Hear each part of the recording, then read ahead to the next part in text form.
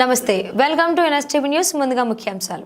కర్నూలు జిల్లా మంత్రాలయం నియోజకవర్గం పెద్దకడబూరు మండల కేంద్రంలో స్థానిక జిల్లా పరిషత్ ఉన్నత పాఠశాల సమస్యలకు నిలయంగా మారింది. ముఖ్యంగా ఈ పాఠశాలలో దాదాపు 400 మంది పైగా విద్యార్థులు తమ విద్యాభ్యాసం కొనసాగిస్తున్నారు.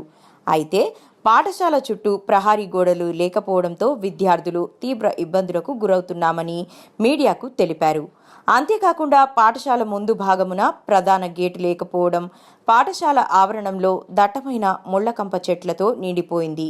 ప్రహారీ గోడలు లేకపోవడంతో విషసర్పాలు పాఠశాల గదిలోకి వస్తున్నాయని విద్యార్థులు అంటున్నారు.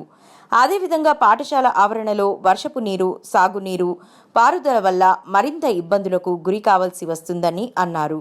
అలాగే కొందరు వ్యక్తులు రాత్రి వేళల్లో పాఠశాల గ్రౌండ్లోకి వెళ్లి మద్యం సేవించి మద్యం సీసాలు పగలగొట్టి పారవేస్తున్నారని విద్యార్థులు తెలిపారు. ఆటలు ఆడడానికి వెళ్లిన విద్యార్థులకు గాజు ముక్కలు కాళ్లకు గుచ్చుకుంటున్నాయని వారు తెలిపారు.